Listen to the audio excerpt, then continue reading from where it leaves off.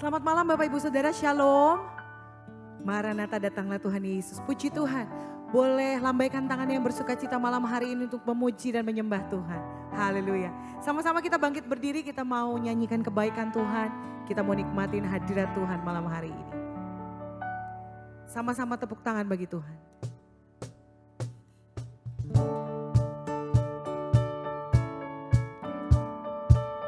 Haleluya.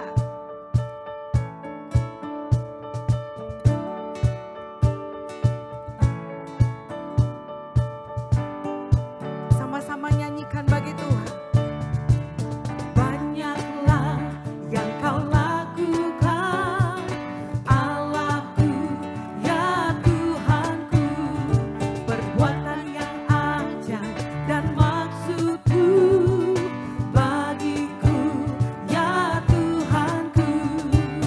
Banyaklah yang kau lakukan, Allahku, ya Tuhanku. Perbuatan yang ajaib dan maksudmu bagiku, ya Tuhanku. Tiada Allah yang sepertimu, tiada yang setara denganmu. Sungguh tak dapat kuhitung berkat kasih-Mu. Ajaib dan mulialah nama-Mu, Yesus. Banyaklah yang kau lakukan, Allahku, ya Tuhanku. Perbuatan yang ajaib dan maksud-Mu bagiku, ya Tuhanku. Tiada Allah yang seperti-Mu, tiada yang setara denganmu. Sungguh tak dapat kuhitung berkat kasih-Mu. Ajaib dan mulialah nama-Mu, Yesus. Tiada Allah yang seperti-Mu, tiada yang setara denganmu. Sungguh tak dapat kuhitung berkat kasih-Mu. Ajaib dan mulialah nama-Mu, Yesus. Mari memuji Tuhan bersama-sama. Lambaikan tanganmu bagi Tuhan. Haleluya. Sungguh perbuatan Tuhan ajaib bagi setiap kita. Amin. Oh, sama-sama nyanyikan bagi Tuhan. Tiada Allah yang seperti-Mu, tiada yang setara denganmu. Sungguh tak dapat kuhitung berkat kasih-Mu. Ajaib dan mulialah nama-Mu, Yesus. Tiada Allah yang seperti-Mu, tiada yang setara denganmu. Sungguh tak dapat kuhitung berkat kasih-Mu.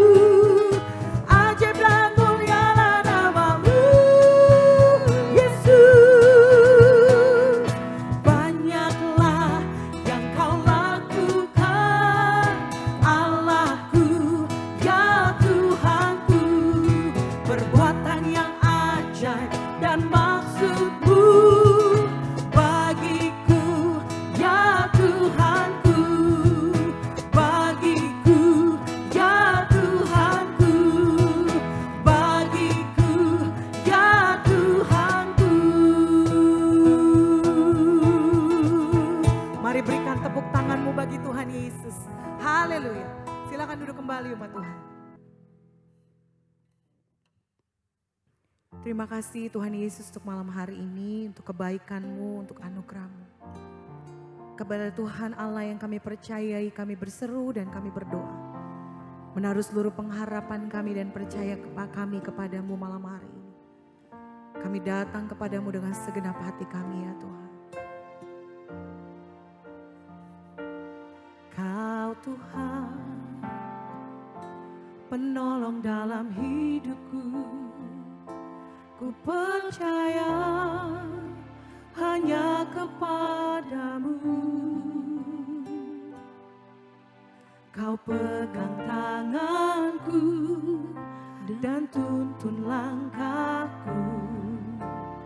Yesus, Kau perlindunganku.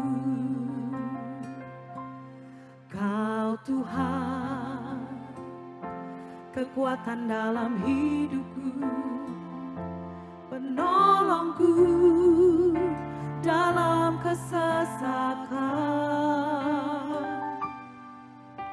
Kau gunung batuku dan pertahananku. Yesus, Kau kemenanganku. Yesus, padamu ku berseru. Kaulah penyelamatku. Terpujilah Kau Tuhanku. Mulutku memuji nama-Mu sepanjang umur hidupku. Terpujilah Kau Tuhanku di atas segalanya. Bersama-sama katakan, Kau Tuhan, penolong dalam hidupku. Ku percaya hanya kepadamu. Kau pegang tanganku dan tuntun langkahku. Yesus, Kau perlindunganku. Kau Tuhan, kekuatan dalam hidupku, penolongku dalam kesesakan. Kau gunung batuku dan pertahananku. Yesus, Kau kemenanganku. Yesus, padamu ku berseru. Kaulah penyelamatku. Terpujilah Kau Tuhanku. Mulutku memuji nama-Mu sepanjang umur hidupku. Terpujilah Kau Tuhanku di atas segalanya. Yesus, padamu ku berseru. Penyelamat Tuhan, terpujilah Kau Tuhanku. Mulutku memuji nama-Mu sepanjang umur hidupku. Terpujilah Kau Tuhanku di atas segalanya.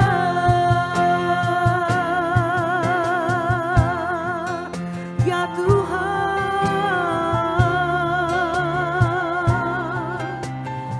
hanya kepadamu kami berseru, ya Allah kami yang hidup, dan menaruh segala perkara kami di hadapan-Mu. Allah sumber kebaikan, Engkau yang memelihara hidup kami sempurna di dalam tangan-Mu. Ya Tuhan,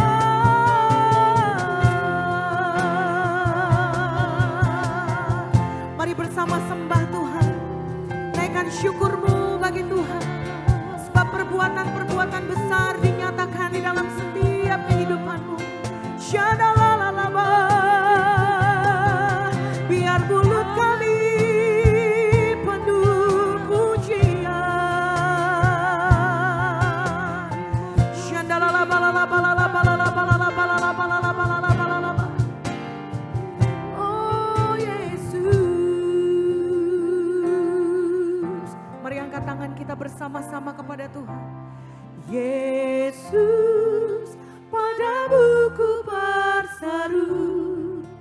Kaulah penyelamatku, terpujilah Kau Tuhanku.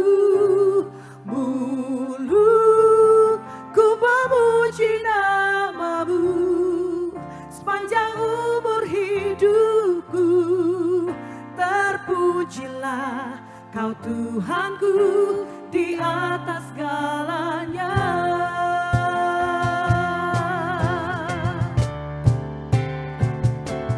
Yesus, padamu ku berseru, Kaulah penyelamatku, terpujilah Kau Tuhanku.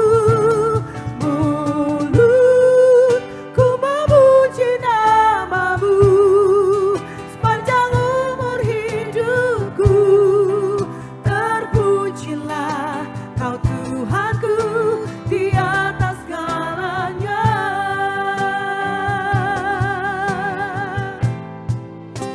Di atas segalanya.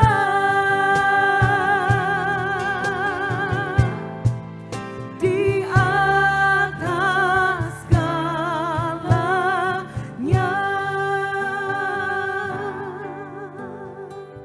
Di atas segala-galanya Engkau kami tinggikan ya Tuhan. Di atas segala-galanya Engkau kami agungkan ya Tuhan Yesus. Terima kasih untuk hadirat-Mu. Kami siapkan hidup kami dan seluruh hati kami untuk menerima kebenaran firman Tuhan. Hanya di dalam nama Yesus.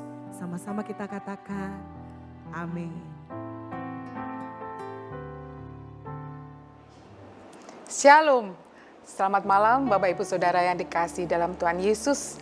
Selamat bergabung kembali di ibadah Kul Online GPI Rayon 17 Lampung. Dan hari ini, malam hari ini secara khusus, kita masih berbicara tentang doa, seperti tema yang diberikan oleh Gembala Rayon kita bahwa bulan ini kita harus going deeper in prayer. Nah, Bapak Ibu Saudara, pernahkah kita dalam hati kita pernah keluar satu pertanyaan? Mungkin begini pertanyaannya, mengapa kita harus berdoa? Toh Tuhan itu Maha Tahu, Tuhan itu mengerti setiap kebutuhan-kebutuhan saya. Atau mungkin ada yang bertanya dalam hati, apalagi kalau saya berdoa, kadang-kadang doa saya dikabulkan, atau malah kadang-kadang doa saya belum juga dijawab, atau jawabannya malah jauh sekali dari apa yang saya minta, apa yang saya doakan. Nah, Bapak Ibu Saudara, menjawab pertanyaan tadi bahwa doa itu bukan sekedar komunikasi, bahwa doa bukan sekedar menyodorkan daftar atau list permintaan kepada Tuhan, tetapi doa lebih dari itu. Doa menunjukkan kualitas sebuah hubungan. Nah, oleh sebab itu, malam hari ini izinkan saya memberikan sebuah judul dari tema sharing firman Tuhan malam hari ini, yaitu ekspresi sebuah hubungan. Saya ulangi, ekspresi sebuah hubungan. Bapak Ibu, apa yang dimaksud dengan ekspresi? Ekspresi adalah ungkapan perasaan. Kalau kita menangis, itu adalah ekspresi kesedihan hati kita. Kalau kita mungkin tersenyum, tertawa, itu adalah ekspresi kebahagiaan. Kalau mungkin mata kita melotot, itu ekspresi sebuah kemarahan. Nah, Bapak Ibu, kenapa saya katakan doa adalah ekspresi sebuah hubungan? Hubungan antara siapa dengan siapa? Kalau kita mengaku bahwa kita adalah anak-anak Allah dan Bapa kita di dalam Tuhan Yesus adalah sebagai Bapa kita, maka hubungan yang benar antara anak dan Allah, antara anak dengan Bapanya yang di sorga adalah hubungan yang intim, hubungan yang tercermin bagaimana dalam doa-doa kita.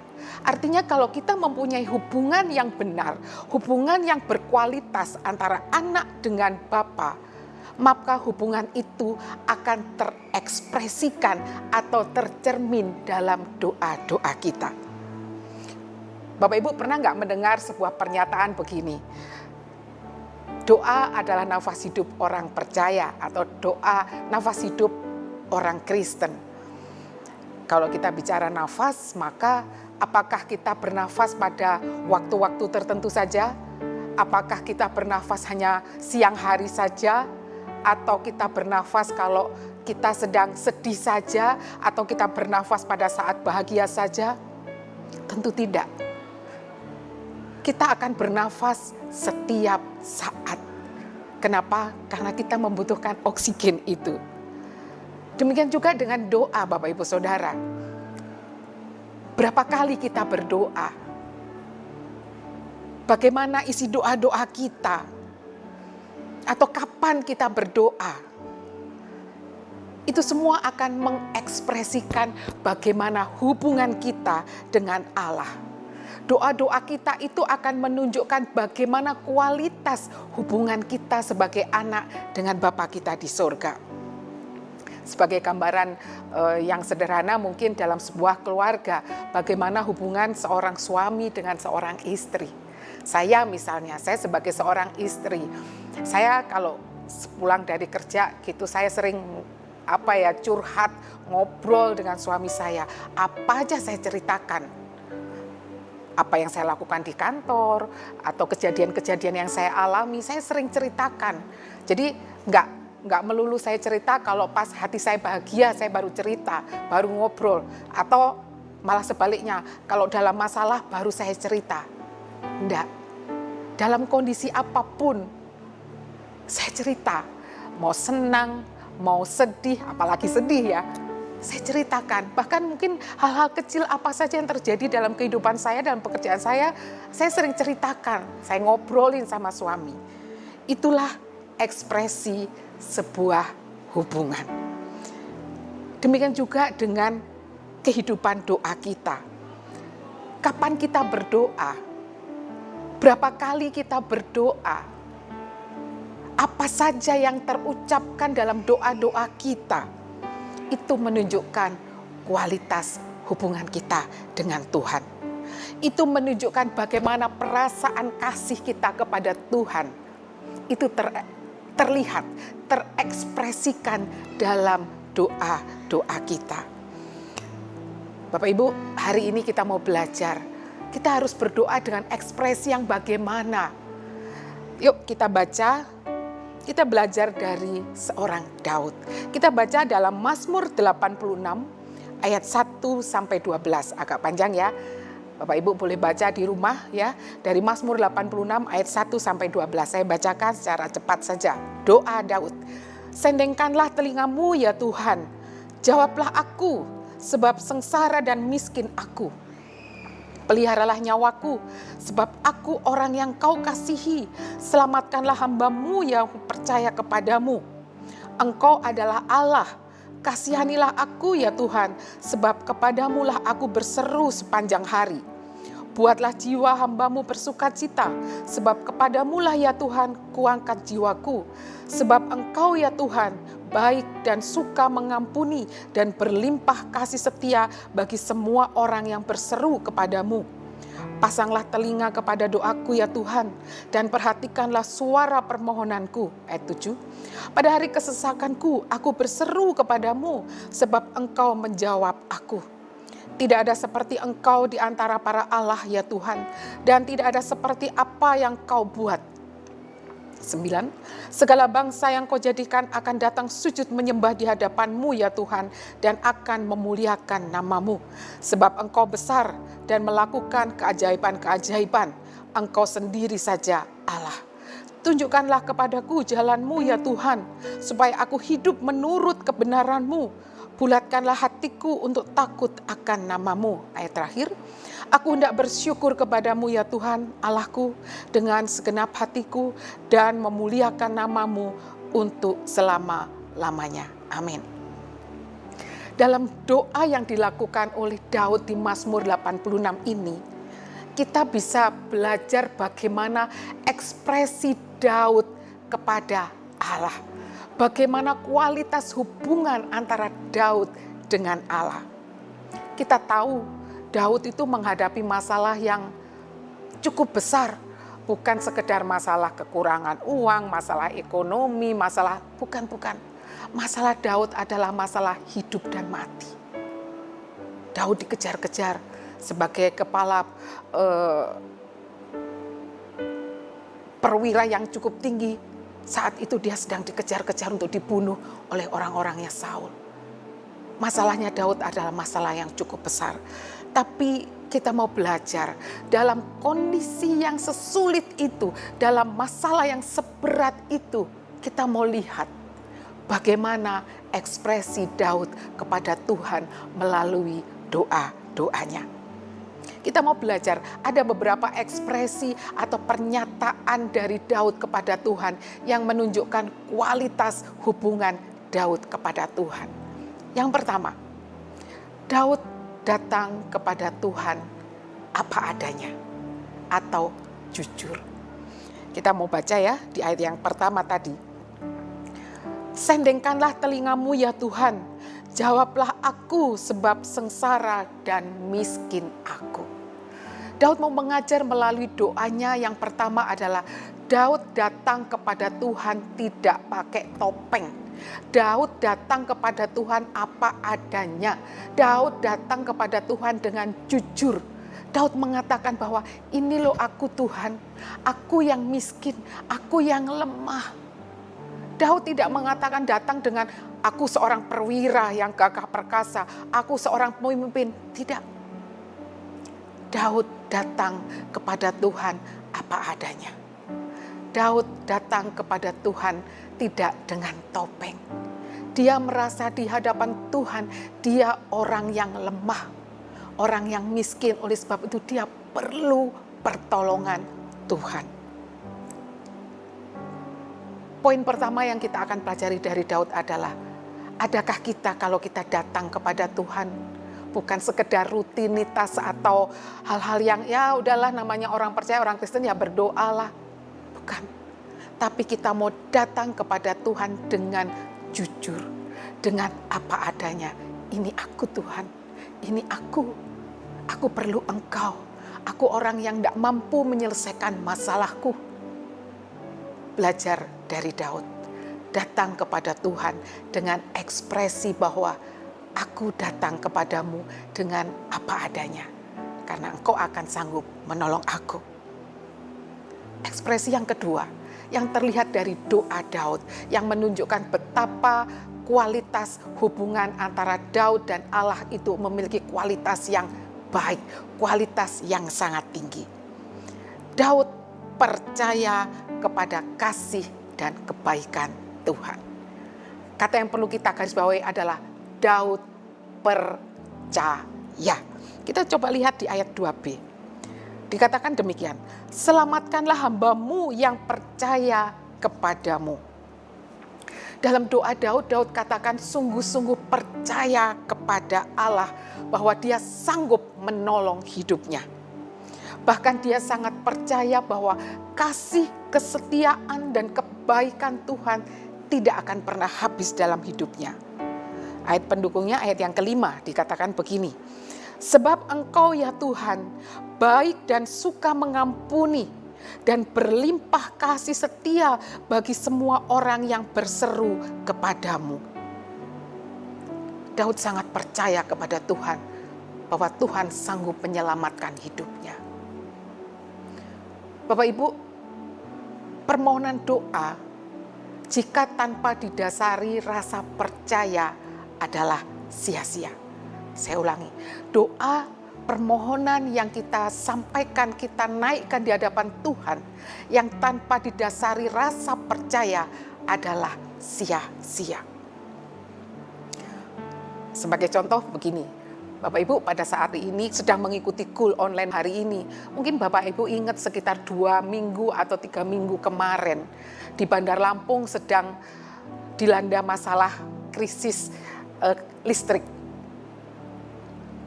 PLN mati di mana-mana, berjam-jam. Bahkan beberapa rumah yang memiliki genset pun sampai kehabisan bensin, bahan bakar, termasuk di rumah saya. Genset nyala berjam-jam sehingga sampai kehabisan. Nah, setelah kehabisan dan waktu itu saya pas bersama di rumah dengan anak saya, dan biasanya yang nyalain genset itu adalah suami saya ya, karena saya pikir itu ada pekerjaan laki-laki begitu. Tapi hari itu saya sedang ada di rumah dengan anak saya dan suami saya sedang di tempat pekerjaannya. Karena listrik mati, genset harus dinyalakan. Kemudian genset kehabisan bensin. Akhirnya anak saya mengisi genset itu dengan bensin, tetapi waktu menyalakan mulai kita agak kebingungan. Gimana ya tahapan-tahapannya? Tapi karena saya sebagai istri dan anak saya sebagai anak itu percaya kepada papanya atau kepada suami saya, maka kami menelpon, "Papa, gimana nih cara nyalain gensetnya?" Meskipun kami berjauhan, kami berjarak sekitar 100 km dari rumah saya ke tempat kerjaan suami saya. Tapi karena kami percaya bahwa suami saya pasti bisa menolong kami. Jarak yang jauh bukan halangan. Akhirnya dengan bertelepon, dipandu, bahkan sampai ditulis dalam WA urut-urutan langkah-langkahnya untuk nyalain genset. Akhirnya genset itu bisa menyala. Saya mau katakan begini Bapak Ibu Saudara. Doa yang tanpa didasari rasa percaya sia-sia. Sama dengan saya dan anak saya, seandainya saya menelpon hanya iseng-iseng saja, saya nggak percaya suami saya bisa tolong saya, nggak akan nyala itu genset. Tapi karena saya percaya bahwa suami saya pasti bisa tolong saya meskipun jarak jauh, maka saya menelpon. Orang yang pertama yang saya hubungi adalah suami saya atau papa anak saya. Bapak Ibu, demikian juga dengan doa. Daud percaya sekali bahwa Tuhan sanggup menyelesaikan masalahnya. Ekspresi kedua yang ditunjukkan oleh Daud, kualitas yang luar biasa hubungan antara Daud dengan Allah. Dia percaya 100%. Ekspresi ketiga yang ditunjukkan oleh Daud dalam doa-doanya, Daud mengakui kuasa Allah. Kita baca di ayat yang ke-10. Sebab engkau besar dan melakukan keajaiban-keajaiban, engkau sendiri saja Allah. Definisi atau mungkin sesuatu yang ingin disampaikan oleh Daud dari statement atau ekspresi bahwa engkau berkuasa adalah begini. Bahwa tidak ada Tuhan seperti Allah. Dan tidak ada orang yang bisa melakukan hal-hal seperti yang Allah akan lakukan. Itu definisi berkuasa yang ingin Daud sampaikan. Allah sangat berkuasa. Berkuasa ini lebih dalam lagi berbicara melakukan sesuatu pekerjaan-pekerjaan yang ajaib, yang di luar nalar mungkin. Pekerjaan-pekerjaan yang mungkin orang biasa tidak bisa lakukan. Itu berkuasa. Allah berkuasa. Daud yakin bahwa Allah mampu melakukan hal-hal yang mungkin secara manusia itu susah dilakukan. Daud percaya mungkin secara manusia Daud saat dikejar-kejar musuhnya, saat Daud dikejar-kejar orang-orangnya Saul, habislah dia. Tapi Daud percaya akan kuasa Allah. Dia percaya bahwa Allah sanggup melakukan hal-hal yang mustahil, hal-hal keajaiban-keajaiban yang mungkin orang lain tidak bisa lakukan. Itu Daud lakukan. Dia tahu Allah berkuasa. Bapak Ibu, saya mau cerita sedikit tentang keluarga saya. Ya. Saya punya anak 3. Anak saya yang pertama sudah menyelesaikan kuliahnya dan bahkan sekarang sudah bekerja. Ada 2 rumah sakit dia bekerja. Anak saya yang kedua, dengan doa yang sama kami sebagai orang tua mendoakan anak kami yang kedua bisa berkuliah dengan jalur profesi yang sama dengan kakaknya yang pertama. Dan puji Tuhan, Tuhan jawab doa itu.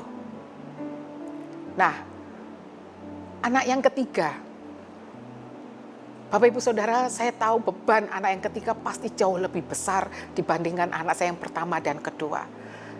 kami sekeluarga dan termasuk anak saya yang ketiga juga punya doa ingin bersekolah, berkuliah di jalur yang sama dengan kakak-kakaknya. Dan melalui perjuangan yang cukup berat. Dan saya tahu ini pasti beban mentalnya jauh lebih tinggi. Karena kakak-kakaknya sudah berhasil melewati. Masa aku anak yang terakhir tidak? Saya secara manusia juga memiliki beban yang lumayan berat. Saya berdoa sama Tuhan. Tuhan, terjadilah yang terbaik seperti yang Engkau ingin terjadi atas anak-anak kami. Dan luar biasa saudara, ini Tuhan berkuasa. Mungkin secara manusia hal ini susah, secara manusia sulit. Saya saja merasa bahwa apa mungkin ini terjadi buat ketiga anak kami mengalami hal yang sama. Tapi karena kami tahu Tuhan berkuasa, maka hal-hal yang mungkin secara manusia nggak sanggup, hal-hal yang secara manusia mungkin nggak bisa terjadi, tapi itu terjadi. Allah berkuasa. Sesuatu yang tidak mungkin secara manusia, itu mungkin bagi Tuhan. Keajaiban demi keajaiban Tuhan nyatakan dalam hidup kami.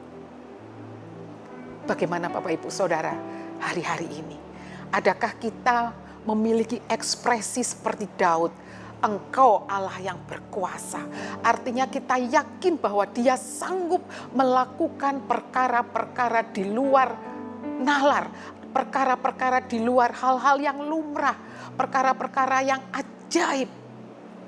Itu definisi bahwa Allah berkuasa. Orang lain mungkin gak sanggup, tapi Allah kita sanggup. Ekspresi itu yang ditunjukkan Daud dalam doanya. Ekspresi berikutnya yang keempat. Ini satu ekspresi yang menurut saya sungguh satu luar biasa yang perlu kita pelajari. Kita harus berubah. Ada satu teladan yang menurut saya ini sangat luar biasa dari doa Daud. Kita melihat bahwa Daud tidak sekedar berdoa untuk masalah-masalahnya. Daud tidak sekedar meminta pertolongan terhadap masalah yang sedang dihadapinya.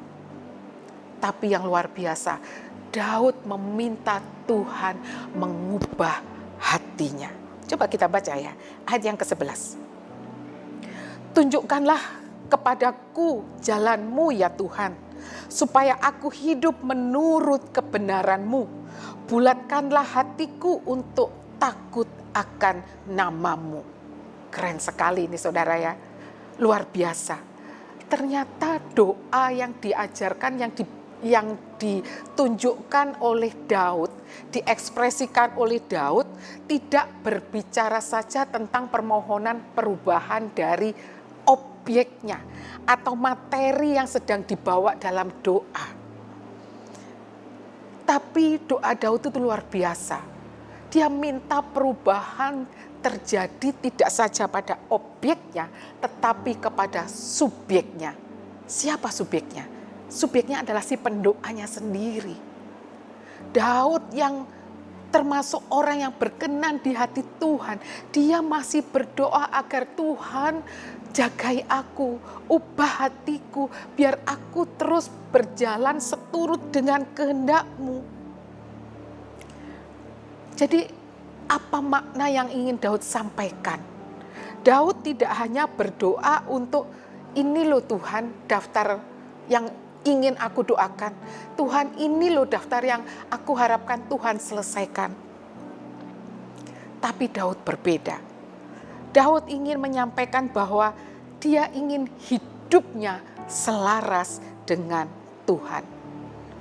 Daud ingin dalam obrolannya dengan Tuhan, percakapannya dengan Tuhan, dalam doa-doanya, apapun yang ia sampaikan dalam Tuhan, itu bukan komunikasi satu arah, tapi dua arah.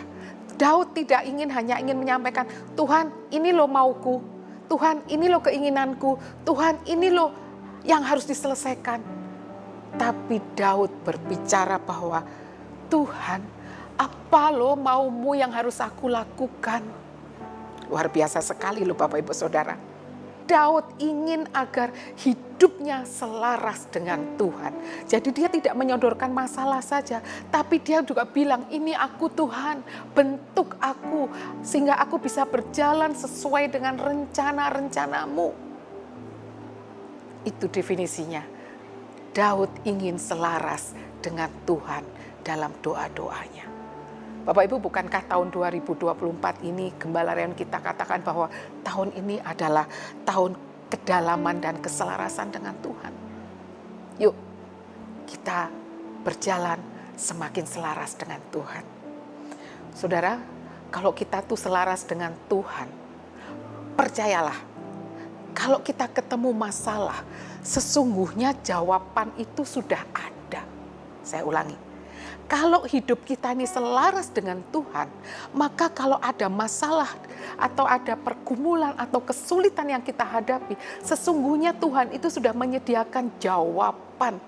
Dan jawaban itu pasti klop, pasti cocok. Nggak akan ada perdebatan. Kenapa? Karena selaras. Kembali saya mau cerita tentang keluarga saya lagi. Bapak Ibu, saya sudah menikah dengan suami saya lebih dari 30 tahun. Di tahun-tahun pertama pasti ada proses untuk penyelarasan, betul? Saya rasa setiap keluarga-keluarga muda, keluarga baru pasti akan ada proses itu. Tapi ada satu hal yang saya dan suami saya ini benar-benar cocok, klop, selaras, no debate. Itu orang anak-anak sekarang, anak muda sekarang bilang begitu ya. Nggak ada yang perlu diperdebatkan. Cocok sekali. Apa itu, saudara? Saya dan suami saya itu sama-sama punya bukan prinsip, satu keinginan bahwa di dalam rumah tangga kami saya nggak mau piara binatang. Sama suami saya juga begitu, nggak mau piara, misalnya kucing, anjing, burung, begitu ya, enggak.